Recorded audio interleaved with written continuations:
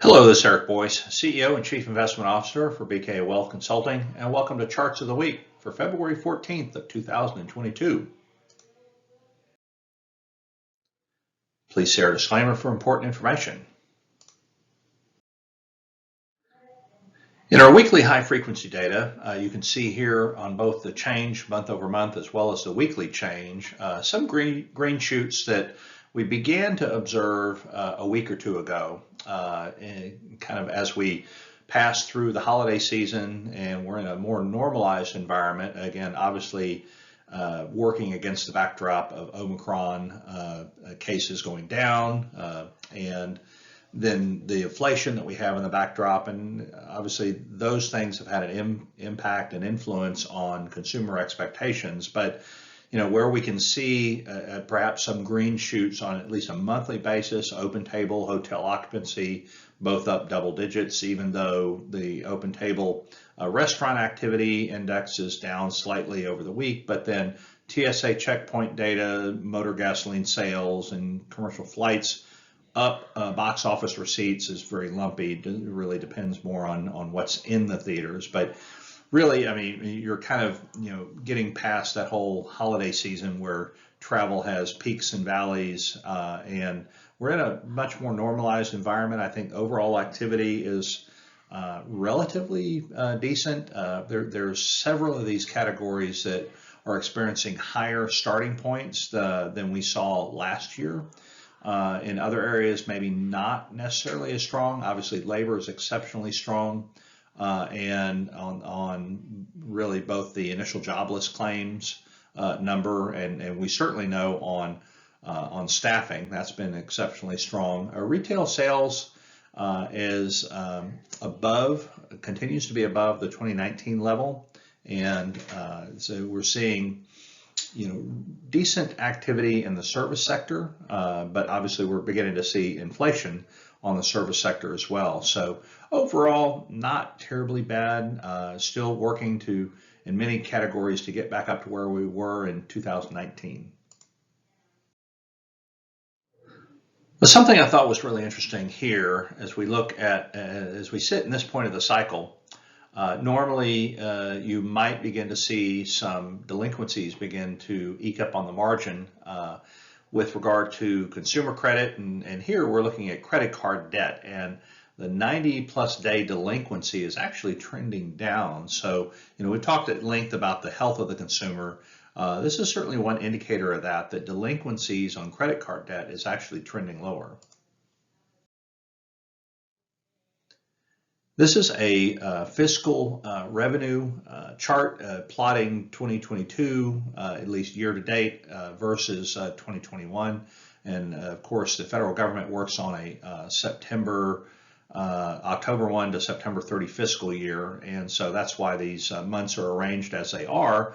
But you can see that in every case, in each month so far here in the current fiscal year, that monthly total revenues are trending above their year-ago levels. Obviously, we got a very stark and poignant inflation report this past week, and so this is the 7.2%. U.S. core CPI ex shelter year over year. So this is a really core index, as the name would suggest, but it's really focused on these items that from a control standpoint exhibit far less volatility than do food and energy, and to some degree shelter too. But we know shelter is moving up. But in this case, you can see 7.2 on this very focused group of items, and you can see how that trend line appears relative to going back all the way to 2005, and that average level is kind of somewhere in that 1.7, 1.5 to 2% level. And again, I do believe we will normalize here in these particular categories, but we will definitely need some time to get there. This is another iteration of inflation, and really the difference that we've seen is goods versus services inflation, and these are the components of what drives headline CPI. And you can see, food has become a real big issue. And then food was up about 7% year over year in the latest report. And we know energy is somewhat important here. We know gasoline prices are moving higher, and we're beginning to see that inflation impetus coming from services too, which I kind of alluded to. And so you can see the components here and which ones are beginning to exert greater influence. You can clearly see the impetus coming from the services sector. Now this is a chart from Bloomberg that actually plots the net difference between goods and services inflation. And what you see represented in this line is actually core goods inflation minus core services inflation. And we know that we have seen a rather dramatic rise in services inflation. In fact, we saw that here in a chart just a couple of pages ago. And we know that it's accelerating. We know why. Obviously, wages are important. Wages are much more important on the services side than they are on the goods side. And so those have definitely had an influence. And so this net difference is as low as we've seen in perhaps the last 50 plus years. You can see negative 7.6 on this particular index.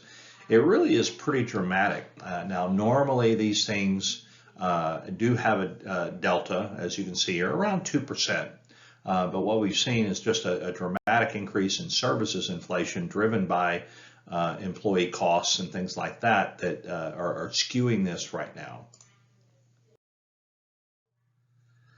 This is a rather busy chart, but it just breaks down U.S. inflation by sector. And I think, I utilize this just to show that, that there is broad contribution from a sector standpoint to the inflation numbers. And obviously, if you look at the upper left, you see core CPI and services and goods, and you can see the dramatic increase in services and goods, and then the overall core CPI. But if you look at apparel, was really depressed in 2020, but began to pick up steam last year. Obviously, we've got some agricultural commodity inflation, cotton, a lot of those textiles are much higher.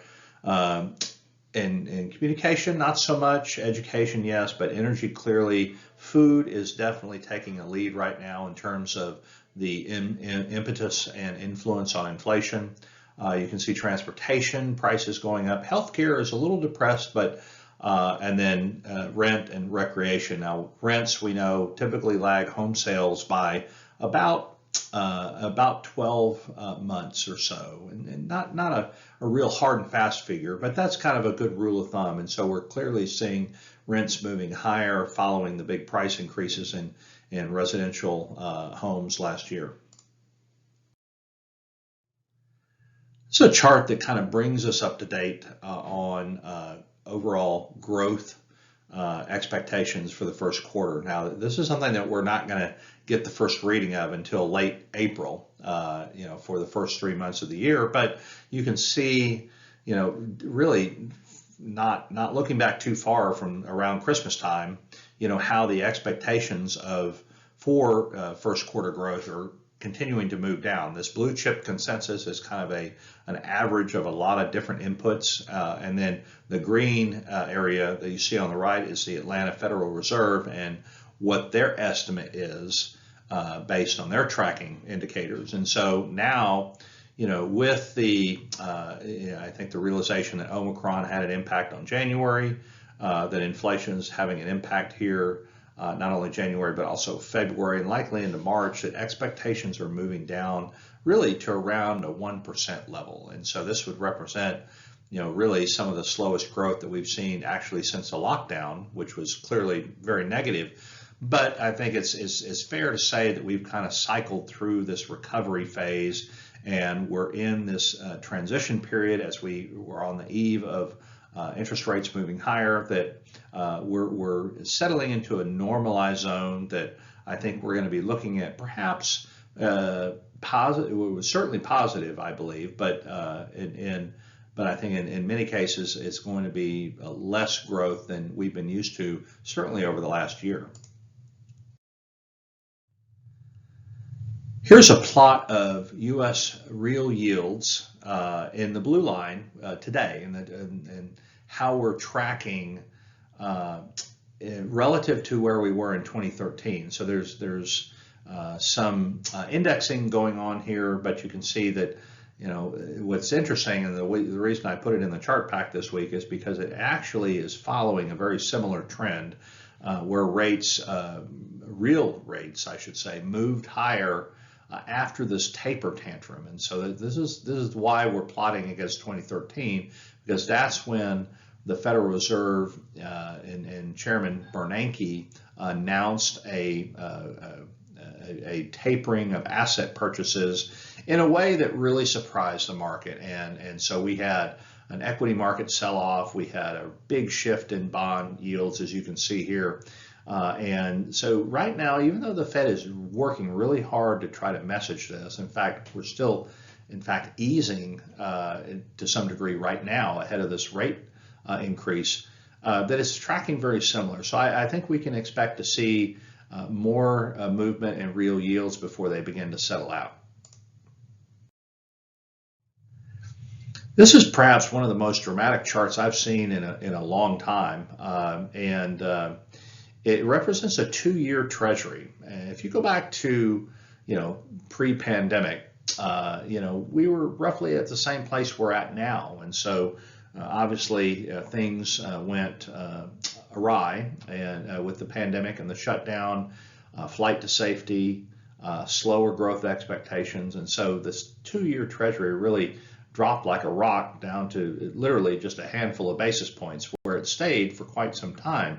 Now, with the reopening in June of last year, we began to see some upward mobility in the 2-year, and so this growing expectation of future higher inflation, growing expectation of perhaps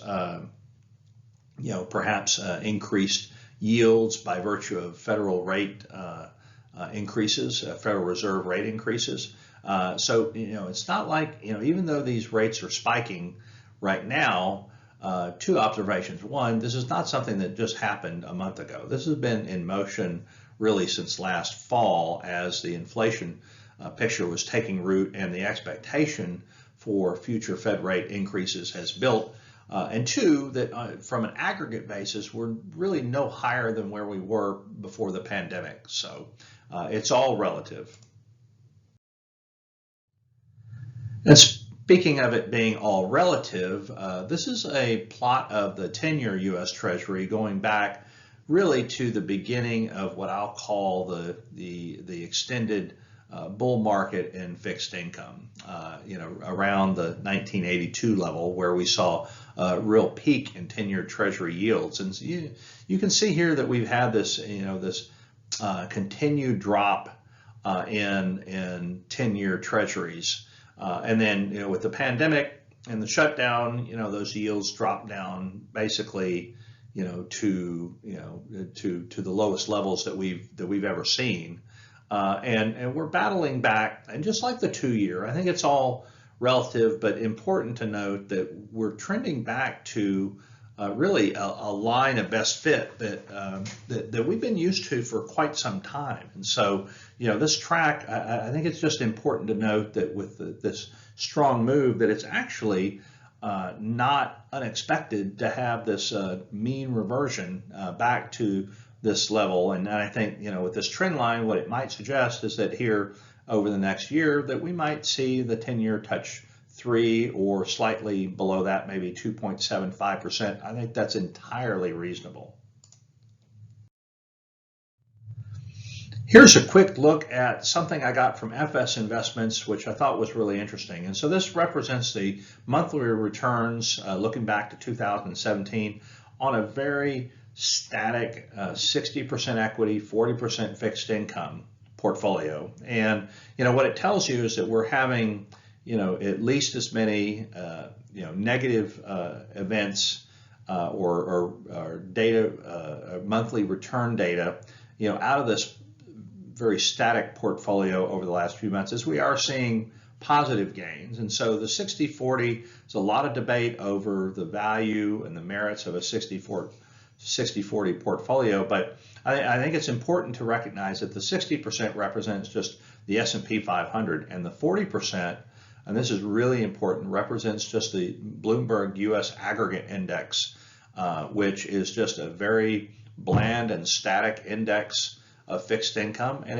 it honestly has a lot of embedded price sensitivity based on changes in rates. And so I think the real takeaway here is that, the bias is clearly up for the 60-40 portfolio on a monthly basis and certainly on a longer term basis. However, it's how you build that 40%, and in some cases how you even build the 60%, that is really, really important here. And I think it's fair to say that a lot of effort really should be paid on how to build your fixed income portfolios.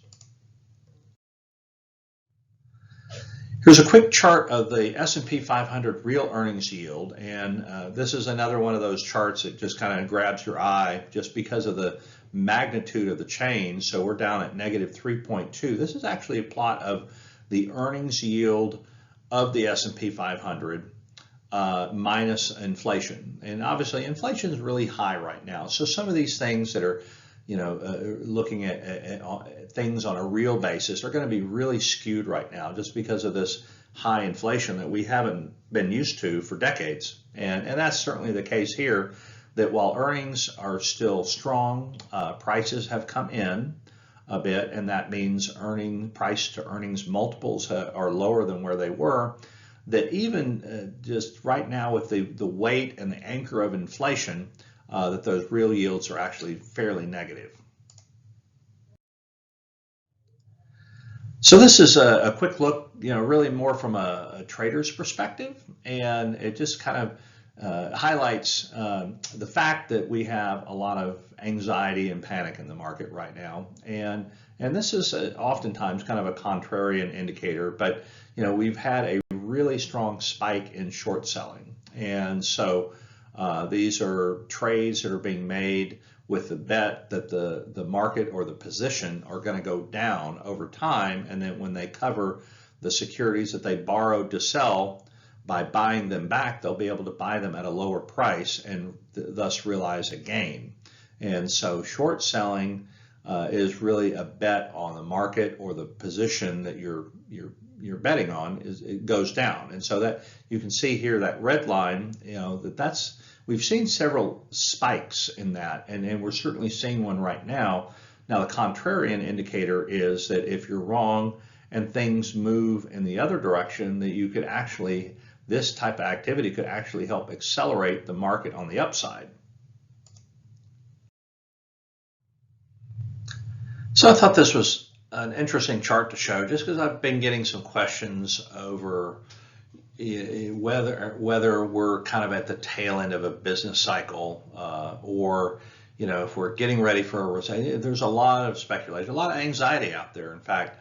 And so this is from the National Bureau of Economic Research, as republished in research by Deutsche Bank. And what this shows you in that light blue relative to the solid blue bars there, and you can see the average length of a business cycle is about 40 months. Again, that's about 3 to 4 years, and so the light blue line represents the potential length of the current cycle. Again, post-pandemic current cycle if we saw a recession in mid-2024. And so frankly, we're still pretty early on in this business cycle. And and if we did see a recession in 2024, or maybe even slowing in 23 and a recession in 2024, it really is representative of a normal business cycle. And as you can see in the bars that are just to the left of this current hypothetical light blue bar, you can see that the last handful of business cycles that we've had have been exceptionally long. And in fact, the last one that we were in before the pandemic broke it up was in fact the longest post-war expansion that we've ever seen. So it's all relative. I think there are, this business cycle does have sea legs, again, if we can avoid the policy mistake by the Federal Reserve in terms of raising rates too fast. This chart represents really kind of the check-in on the credit cycle. And so if you look at the red bar, that's the credit conditions index. Now we just saw, earlier that credit card delinquencies are trending lower. Overall credit quality and I'd say the associated health of the consumer is actually pretty strong, but the risk appetite is going down because there's a lot of anxiety out there. And I think if anything, this represents kind of the reflective impulse that you get, or that we get collectively, when we don't know what's going to happen. At a point of uncertainty, you can see some of these things going down. Macro indicators, leverage is increasing, but again, credit quality is still very strong. Financial conditions are kind of flatlining right here, but risk appetites are going down, and so that is pulling the credit conditions index down a little bit. Now, the key things that, say financial conditions, we know that interest rates are moving higher.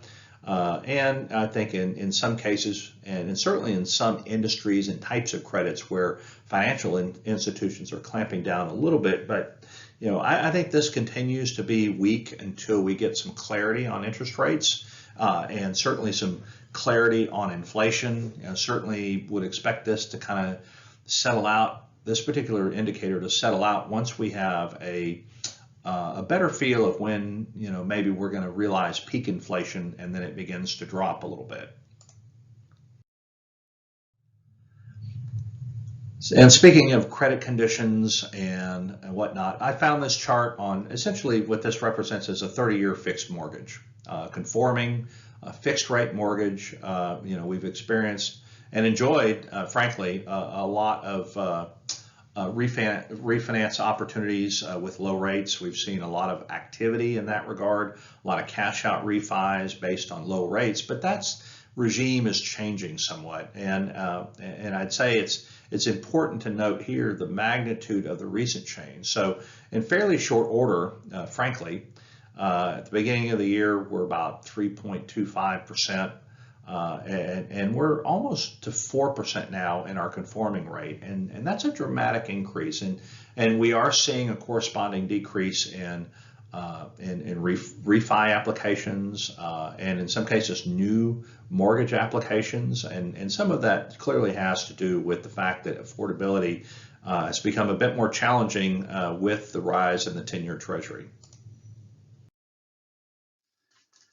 This chart was interesting to me because it plots on one chart the aggregate number of central bank interest rate increases and decreases over a long period of time. This chart dates back to 2002, and it shows you all of the various interest rate changes on the part of central banks. And the amber bars that you see at those various points represent the Federal Reserve, our central bank, their first rate increase. And as you can kind of get a sense here, we typically do lead the world in tightening cycles, i.e. when we're usually one of the first to raise interest rates, and that's different this time. And what's really unique about this time is that I think everyone saw inflation last year, perhaps except for the Fed, as being transitory. And when they finally woke up and realized this, then that's when we started having this massive increase in probability of rate hikes this year. And now we're at a point where there's probably an expectation of perhaps 6 or 7 rate increases this year. But as you can see here, I mean, we're clearly not the first one. That there are many other central banks that have responded already to inflation, or have responded to perhaps the need and the desire to withdraw some stimulus from the market, given some of the recovery that's taken place.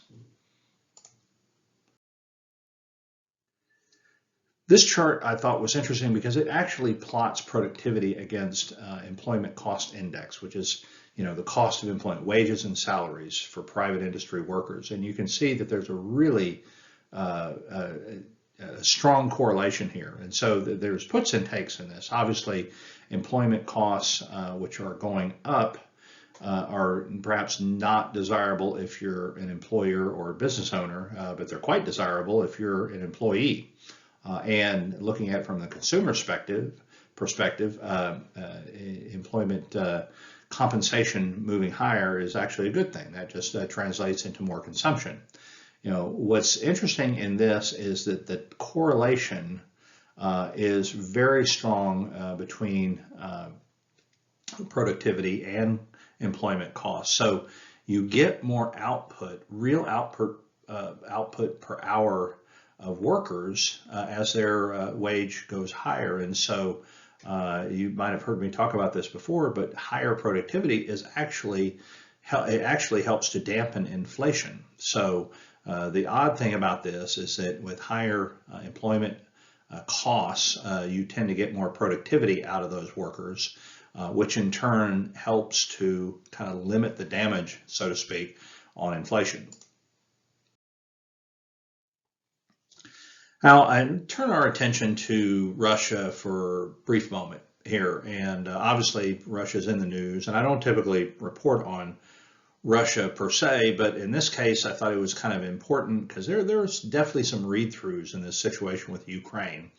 I think in the upcoming week we stand to probably have some incremental volatility born out of this projected invasion of Ukraine, but there are some other things going on here. You can see that Russia's inflation rate is moving higher, and monthly wages are moving higher. Inflation is moving higher, and the expectation for economic growth is slowing.